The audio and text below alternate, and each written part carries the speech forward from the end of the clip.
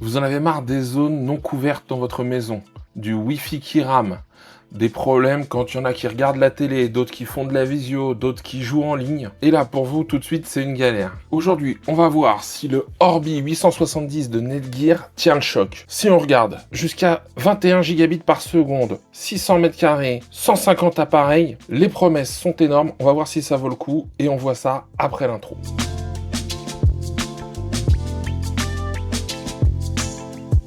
Bonjour et bienvenue sur la chaîne et test de Cyril. Ici on parle de tech, audio, photo, vidéo, d'Apple aussi. Et dans tout ça, eh bien, on parle de maisons connectées, de connexion. Et aujourd'hui, on va pas se cacher, pour faire fonctionner tout ce petit monde, eh bien, il nous faut une bonne connexion Internet, une connexion qui couvre partout et qui va vite. Et en plus, quand on est un peu geek comme moi, bah forcément, la vitesse, on veut avoir le truc qui va le plus vite. Et donc, ça nous emmène à ce type de produit qui nous propose donc du Wi-Fi Mesh chez soi. Donc, on va en parler juste après. Et on va regarder tout ce que ça permet de faire. Alors, avant de déballer quoi que ce soit, laissez-moi vous expliquer pourquoi ce routeur existe et pourquoi le Wi-Fi 7 peut changer les choses. Premièrement, la box de votre opérateur. C'est une box qui est quand même assez bien aujourd'hui en France, on est plutôt pas mal lotis, mais moi je prends mon exemple, et ben j'ai une box en Wi-Fi 6 et j'ai qu'un seul point chez moi. J'ai un étage, ça va, ça fonctionne correctement, mais par exemple ici dans le bureau, bah, je suis en filaire, mais quand je me balade avec mon iPhone, je suis pas en filaire, et donc bah, si je vais dans mon jardin, si je suis un peu éloigné ou si on est plusieurs, parfois on peut sentir une légère latence. Et encore, je suis pas le plus touché, mais c'est déjà le premier point. Ensuite, deuxième point, bah, c'est un système mesh. Ça veut dire qu'il y a plusieurs unités qui communiquent ensemble pour faire un maillage. Ça doit permettre normalement de passer d'une pièce à une autre, de changer d'étage avec votre appareil qui switch d'un satellite à un autre ou sur le routeur directement. Donc ça, c'est un autre point à mettre en avant. On peut penser en termes d'espace, ils annoncent 600 mètres carrés, mais aussi en termes d'obstacles. S'il y a plein de murs, des murs épais, ce genre de choses, bah forcément, ça vient diminuer la portée. Troisième point, c'est du Wi-Fi 7. Alors, on n'a pas encore tous les appareils compatibles. Moi, je prends chez moi, j'en ai quelques-uns qui sont compatibles. Mon iPhone l'est. Mais, par exemple, bah, mes Mac ne le sont pas. Mais on va voir s'il y a quand même une différence quand même sur les Mac, même s'ils sont avec une norme juste en dessous ou antérieure. En plus, ce qui est intéressant, et moi je suis dans une zone urbaine, c'est que c'est un Wi-Fi tri-bande. C'est-à-dire que j'ai du 2,4 GHz, du 5 GHz et du 6 GHz. Et cette dernière bande, elle est intéressante parce qu'elle est moins encombrée, parce qu'il y a peu de personnes encore qui l'exploitent, et en plus elle envoie des débits assez faramineux. Là, dans notre cas, un Netgear annonce jusqu'à 21 gigabits par seconde. Alors attention, c'est 21 dans la globalité. Vous n'allez pas avoir 21 gigabits tout de suite en Wi-Fi sur un seul appareil. Mais j'espère avoir des bons débits, encore une fois. On fera des tests pour comparer. Enfin, dernier point, pour qui ce pack est fait? Eh bien, ce pack, il est fait pour des personnes qui ont des grands espaces. Alors moi, c'est pas totalement mon cas. Mais si vous avez 2 étages, par exemple, bah, vous allez voir, on va pouvoir en mettre un au rez-de-chaussée et un à chaque étage pour vraiment avoir un maillage puissant. 600 mètres carrés, tout le monde n'a pas 600 mètres carrés de maison, mais encore une fois, c'est du théorique. Après, on est bien content d'avoir des choses qui fonctionnent bien. Et si ça permet d'avoir un Wi-Fi qui arrose bien le jardin, qui arrose un peu le devant de la maison, etc. Et si derrière vous avez aussi un grand espace, bah, ça peut être vraiment intéressant. Voilà, je voulais vous dire tout ça avant de démarrer. Maintenant, on va passer au déballage de ce petit bijou. Et on voit ça avec la caméra du dessus. On va ouvrir tout ça. Premier contact avec la boîte, c'est premium. C'est gros, c'est assez balèze, je le dis tout de suite. Je vais ouvrir dans ce sens-là pour une fois, je vais voir si ça fonctionne bien comme ça. Hop. Alors c'est bien protégé, il vaut mieux. Le petit guide de démarrage rapide, il faut prendre l'application, c'est ce qu'il y aura de plus simple. Je mets ça de côté, ok. Donc tout de suite au premier contact, on s'aperçoit que le packaging est soigné, sobre, premium. On sent qu'on est sur du haut de gamme. Juste ça, pour pouvoir sortir le routeur ou les satellites, pour sortir ça tranquillement. Les petites languettes comme ça, en tissu, là, c'est un bon raffinement quand même. Alors moi, je vais sortir le routeur principal, c'est quand même assez dingue. Et puis on va sortir un satellite. Le deuxième, pour l'instant, je le laisse dedans. On est sur des beaux bébés parce que le routeur et satellite, à chaque fois, font 1,2 kg, un peu plus d'1,2 kg pour le routeur, environ 1,2 kg pour le satellite. Donc on est pas mal. J'ouvre ici rapidement pour vous montrer les accessoires. Qu'est-ce qu'on a essentiellement ici? Ici on a les blocs d'alimentation de chaque élément, donc un pour le routeur et un pour chaque satellite. Des petits éléments ici. Et puis ici on a pour les prises européennes. Là, vous voyez, on a d'autres prises, d'autres types de prises. On en a un peu partout. On a du câble RJ45. Je regarde si je vois une catégorie dessus. C'est du câble plat, ça c'est sympa. Catégorie 6. Donc là, on va déjà déballer le routeur. Voilà à quoi il correspond. Bon, c'est tout en plastique, hein, mais plastique de qualité, en tout cas très intéressant. Vous avez des petits pas de vis ici et là. Il y a peut-être des supports qui existent pour les mettre quelque part. Et ce qui est encore mieux, et c'est ça qui m'intéresse, ici, on a la prise pour le brancher à l'alimentation. On a 4 ports à l'intérieur, 2,5 gigabits Ethernet, un bouton reset, un bouton synchronisation. Et on a surtout un port 10 gigabits Internet. Ça, c'est hyper important. Donc, si vous avez une arrivée qui envoie un petit peu, hein, qui envoie même beaucoup, parce que 10 gigas, c'est pas mal. Je sais qu'aujourd'hui, il y a des offres 8 gigas Internet. Et bah, ça peut être très intéressant. Moi, malheureusement, j'attends que ce soit déployé. Je ne suis qu'à 2 gigas sur mon Internet avec ma fibre. Mais j'expliquerai pourquoi aussi j'ai ce type de produit et pourquoi pour moi ça prépare l'avenir. Et au niveau du satellite, le satellite se présente à peu près de la même façon, hein, c'est la même taille et tout ça, il y a quand même une continuité là-dessus. Juste là en dessous, j'ai aussi les deux petits pas de vis, j'ai toutes les informations de login, de mot de passe, Wi-Fi, etc., etc., numéro de série. Et à l'arrière, à nouveau, là on a donc la prise pour alimenter, le bouton sync, le bouton reset, et on a à nouveau 4 ports 2,5 gigabits. Donc si on veut déployer du filaire dans ces étages, c'est tout à fait possible, hein.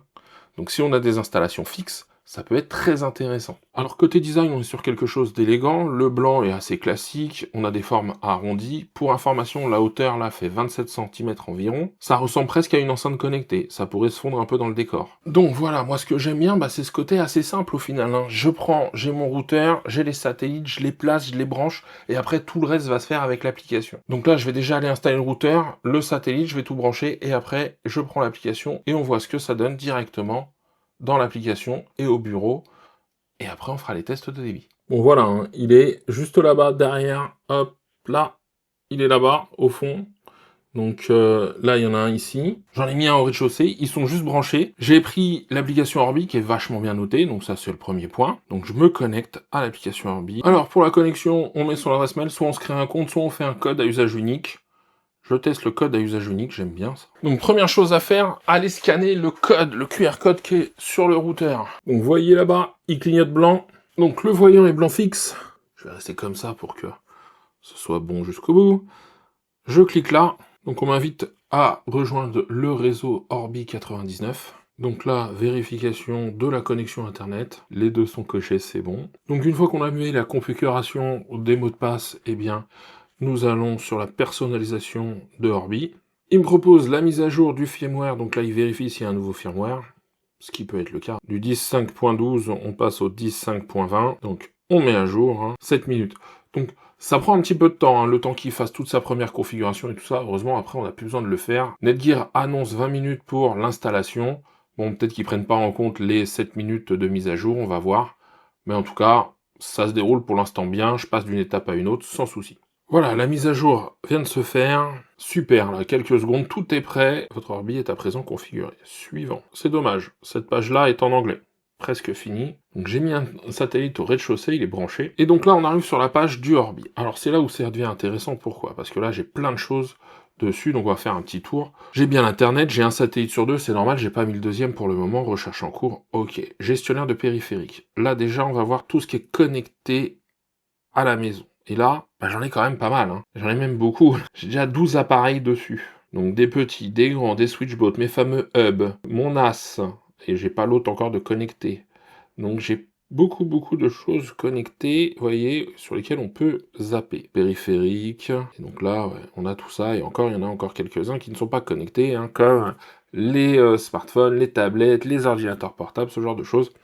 Ça n'apparaît pas à ce moment-là. Il me propose du contrôle parental intelligent, avec une offre d'essai gratuite. Donc on peut avoir du contrôle parental à ce niveau-là. On peut le faire aussi logiciel, pourquoi pas. On a une sécurité avec le Netgear Armor, donc 30 jours restants. On peut mettre un VPN, on peut avoir cette protection, donc ça c'est une sécurité réseau supplémentaire. Vous n'êtes pas obligé d'y souscrire, mais c'est proposé par Netgear. On a les paramètres Wi-Fi, donc là voilà, hein, j'ai ces éléments-là. On peut partager le Wi-Fi avec un QR code, donc ça c'est bien, il y a un QR code, la personne vient scanner, elle peut récupérer votre réseau Wi-Fi. Là on voit le mappage, donc j'ai internet qui arrive ici dans mon routeur, il y a le Orbi satellite qui est en bas, qui est connecté aussi. Je terminais par le débit internet après, hein. Je peux configurer un Wi-Fi invité. Donc ça, c'est chouette. Mesure du trafic, allez, on va activer. Pour l'instant, je n'ai que mon iPhone connecté, hein. Et donc là, il y a un historique qu'on peut avoir des tests qu'on a fait.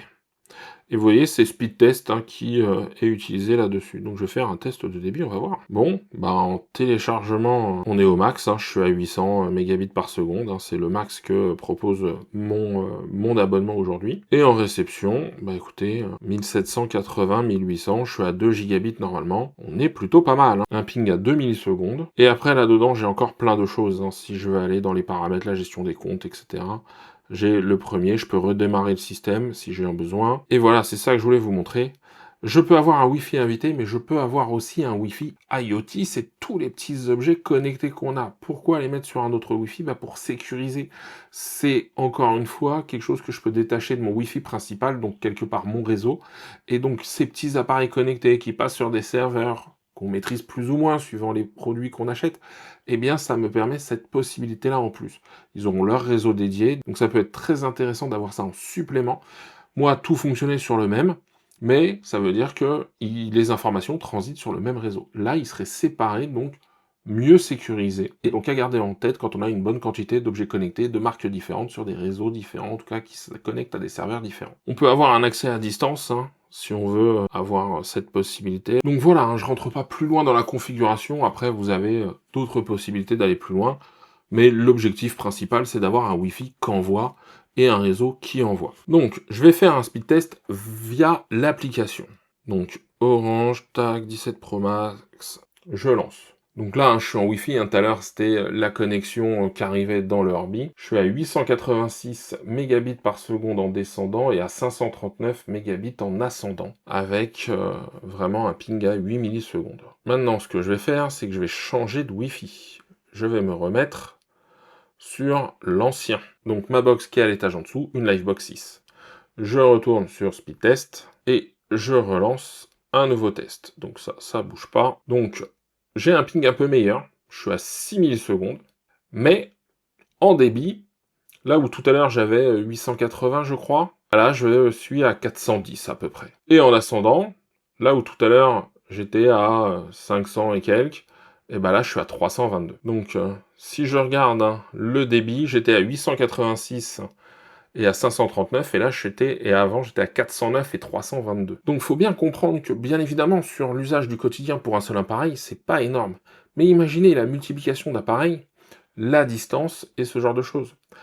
Donc c'est très intéressant, parce qu'en plus là j'ai du Wi-Fi 7. Je vais tester avec mon Mac Mini qui est en Wi-Fi 6. Donc je vais couper le réseau filaire sur mon Mac Mini, hein, parce que sinon je vais avoir des gros débits. Alors là c'est sur la connexion en bas avec ma box. Donc Wi-Fi 6, 320, 6 millisecondes de ping, 325, ça c'est en téléchargement. Et j'en ai un meilleur en upload, tiens c'est marrant, presque 400 en upload. Donc ça c'est par rapport à ma Livebox. Maintenant, je viens de basculer sur le Orbi et je relance. Et voilà. Donc même mon Mac Mini équipé de Wi-Fi 6 ne bénéficie pas donc du Wi-Fi 7, mais le routeur étant à proximité, eh bien je gagne énormément. Et peut-être que le Wi-Fi du Orbi est quand même de meilleure qualité aussi que le Wi-Fi de la Livebox. C'est quand même pas anodin hein, ce que j'ai gagné là par rapport à ce que j'avais tout à l'heure. Hein. On a fait plus 50% facile, voire plus en download, et en upload on a fait plus de 50%. Là on se rend compte quand même que ça peut largement aider. Ce que je vais faire, c'est que je vais aller tester à d'autres endroits, et vous faire un retour après, et une conclusion, sur ce Orbi de la série 870. Donc on se retrouve dans mon salon, je suis à égale distance entre le satellite Orbi et la Livebox. J'ai pris une autre application pour faire le test. Je me suis mis sur le même serveur. Je vais me mettre sur le même serveur pour être précis. Pardon. Et là, je lance le test pour le Orbi. Donc, download, c'est fait. Upload et latence. Ok, donc max 1610 mégabits par seconde en upload, en réception. En envoi 741 mégabits par seconde max et une latence 9 millisecondes. Maintenant, je vais me remettre sur mon Wi-Fi, donc classique Livebox. Je suis dessus. Donc 1410 en réception au max. Tout à l'heure on était à 1600 je crois. 774 en envoi au max. Et 6 millisecondes de latence. Donc c'est pas très loin. Encore une fois là j'ai pas d'obstacle, j'ai rien. Et je suis au même niveau que ma Livebox. Maintenant, on va aller faire un test dans le jardin. Je vais vous emmener dans le jardin, je vais aller au bout, je vais aller on va dire d'ici, alors c'est pas grand chez moi, hein. Donc on va être à une grosse vingtaine de mètres au même niveau du routeur et de la Livebox, on va refaire les tests. Il va y avoir deux parois qui vont séparer, il va y avoir un mur et puis une autre paroi entre temps, et puis on va réessayer pour voir ce que ça donne. Donc voilà, je me suis mis à l'extérieur, je me suis mis au plus loin de chez moi, je suis vraiment à la limite. Je suis sur le Orbi, je capte toujours le Orbi, ça c'est déjà bien. Je vais là, je vais resélectionner toujours le même. Alors c'est marrant parce que quand je suis sur la Freebox, il me propose pas les mêmes, hein. Donc Paris 100 gigabits par seconde orange, et je relance.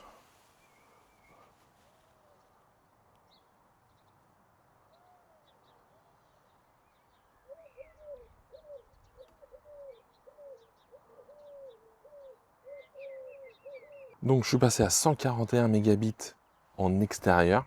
Bon là, il y a des parois, hein, il y a plein de choses. Et derrière, à 200 en envoi et 7 millisecondes. Ok, maintenant, je me mets sur la Livebox. Je reprends le même serveur. Paris 100 gigabits orange. Et je relance. Tester mon débit. Ok, c'est parti. Je relance, ça fait 2 fois qu'il s'interrompt le test. Donc je le garde comme ça pour voir. En réception, ça marche. En envoi, ça marche aussi. Et la latence aussi. Donc, je vous le montre ici. Je vais aller regarder l'historique. J'ai un moins bon download quand je suis sur le Orbi. Donc voilà, des tests très variés. Alors je suis en extérieur. Je suis éloigné. J'ai plus de up que de down quand je compare les deux.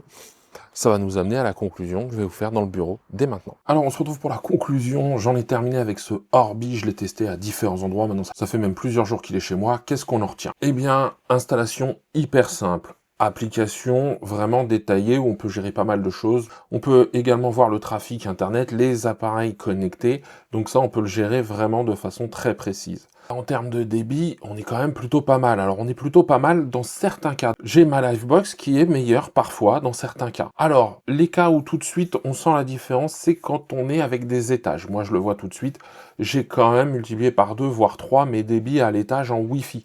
Donc là, c'est vraiment un gros point fort, parce que là, j'ai quelque chose qui envoie vraiment de façon puissante à l'étage et qui couvre bien l'étage. Donc pour l'utilisation en maison avec plusieurs étages ou en appartement avec plusieurs étages, ça me paraît être une solution à creuser. Ensuite, on a vu que quand je suis au même niveau que la Livebox, j'ai des débits assez similaires, un peu meilleurs avec le Orbi, mais pas toujours, hein, ça dépend vraiment de l'endroit où je me trouve, etc. Quand je suis éloigné avec des murs, eh bien on a vu que j'avais un meilleur débit en upload sur le Orbi. Est-ce que c'est exactement au même endroit? Non, ils sont placés légèrement différents endroits.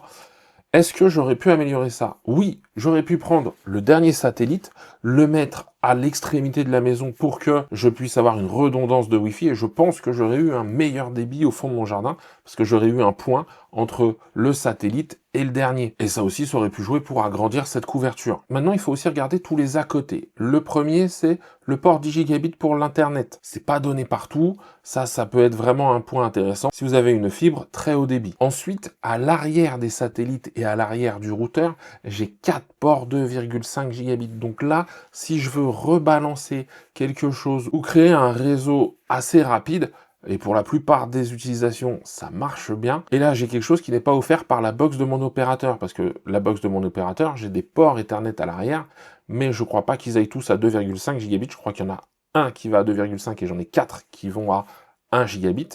Et en plus, là, je vais pouvoir faire des transferts de fichiers, avoir du streaming et tout ça, vraiment de façon optimisée. Et donc ça, c'est pas négligeable non plus. Alors, on en arrive au prix. Alors, les prix, dans la gamme Orbi, il y en a plein de différents avec du Wi-Fi 7.